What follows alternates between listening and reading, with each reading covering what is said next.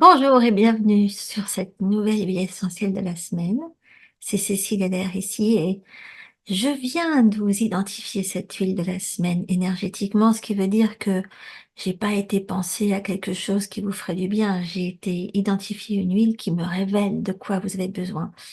Et ce qu'elle me révèle, cette huile, cette semaine, c'est que, à mon avis, vous manquez peut-être un petit peu d'optimisme. Vous avez peut-être des petits problèmes pour vous endormir le soir, hein. Vous sentez peut-être un petit peu amorphe encore le matin en vous réveillant. Vous avez du mal à vous mettre en train.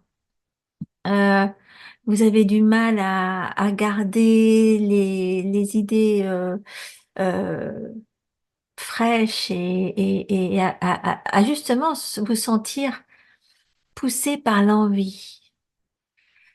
Et c'est une huile, cette semaine, qui justement s'occupe des pensées négatives, de la perte de vision de l'avenir, la perte de vision de la vie en règle générale. C'est un tonique cardiaque. Je la donne en général pour réguler la tachycardie, euh, pour équilibrer le méridien du cœur, pour harmoniser tout ça. Alors peut-être que vous avez trouvé de quoi il s'agit. Elle est tellement connue pour ça. Je l'appelle la Happy Oil, l'huile du bonheur. On l'appelle Lycée citronné, Lycea cubeba. Et c'est vraiment l'huile. Alors, en général, c'est l'huile qu'on donne pour se sentir plus heureuse. Bon, ça dépend d'où vient la source du mal-être ou du malheur. Mais ici, ce qui est intéressant, c'est que c'est une huile qui ne se contente pas juste de vous rendre de bonne humeur parce qu'elle sent très bon. C'est vraiment parce qu'elle vient vous chercher par là où vous en avez besoin, c'est-à-dire au niveau des surrénales. À mon avis, si vous êtes comme ça, c'est parce que vous avez les surrénales basses. Et quand vous avez les surrénales basses, euh, ça veut dire qu'il y a certainement un stress chronique là derrière, voire un trauma derrière le stress chronique. Et c'est très difficile quand on a ça qui nous tire vers le bas, d'avoir envie. C'est très difficile euh, d'avoir cette envie d'avancer, hein, l'envie de quoi que ce soit d'ailleurs. Donc la laitée citronnée, elle sert à ça. Ok. Donc c'est une huile à respirer, c'est pas une huile, il faut pas aller chercher n'importe quoi avec, c'est pas une huile que vous allez avoir besoin de vous appliquer je ne sais où, hein. Euh, alors, par contre, si vous pouvez avoir besoin de l'appliquer, si vous avez, par exemple, une infection bactérienne multirésistante, ça c'est une des meilleures huiles qui existent pour répondre à ça.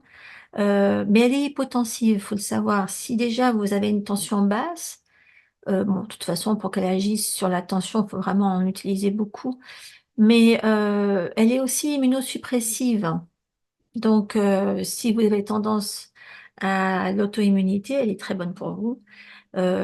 Si vous avez des problèmes d'immunité trop basse, faut pas l'utiliser trop souvent, bien que encore une fois, faut doser parce que souvent les problèmes d'immunité viennent du fait que vous avez un problème de surrénal trop utilisé, justement à cause d'un stress chronique, à cause d'un trauma.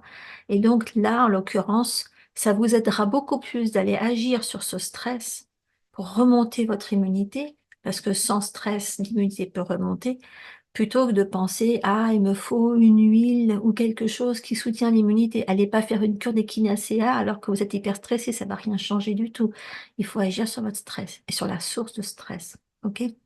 Donc là, l'Itsecubeba fait partie de ces huiles qui agissent sur euh, la santé de vos surrénales via l'énergie qu'elle vous donne, l'énergie de l'optimisme qu'elle vous donne.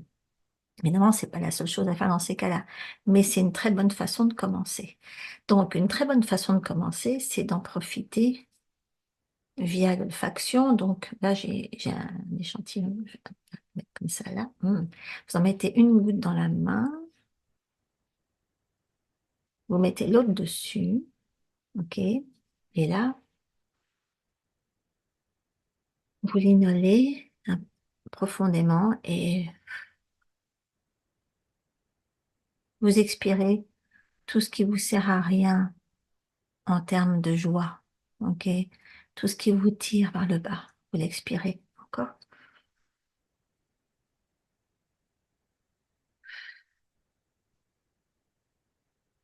Encore un petit coup.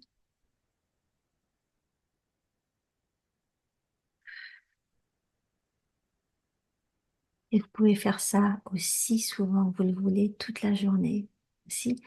Et vous allez voir que petit à petit, ça sera plus facile pour vous endormir. En fait, pour vous endormir, il faut que votre cortisol soit bas et qu'il se réveille le matin pour vous donner un petit coup aux fesses, pour vous sortir du lit.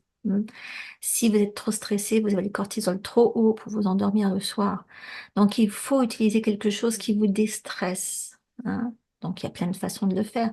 C'est très bien d'aller vous mettre aussi une thé citronnée dans le bain, dans des sels des psaumes ou dans un verre de lait, ok, que vous répartissez dans votre eau chaude avant de plonger dedans. Mais si vous la respirez hum, toute la journée comme ça devrait quand même beaucoup vous aider. J'espère que vous allez faire le test.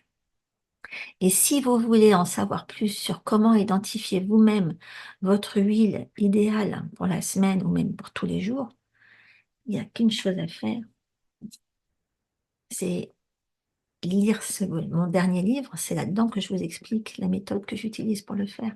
Sur 15 huiles uniquement, mais c'est un bon début pour s'y mettre.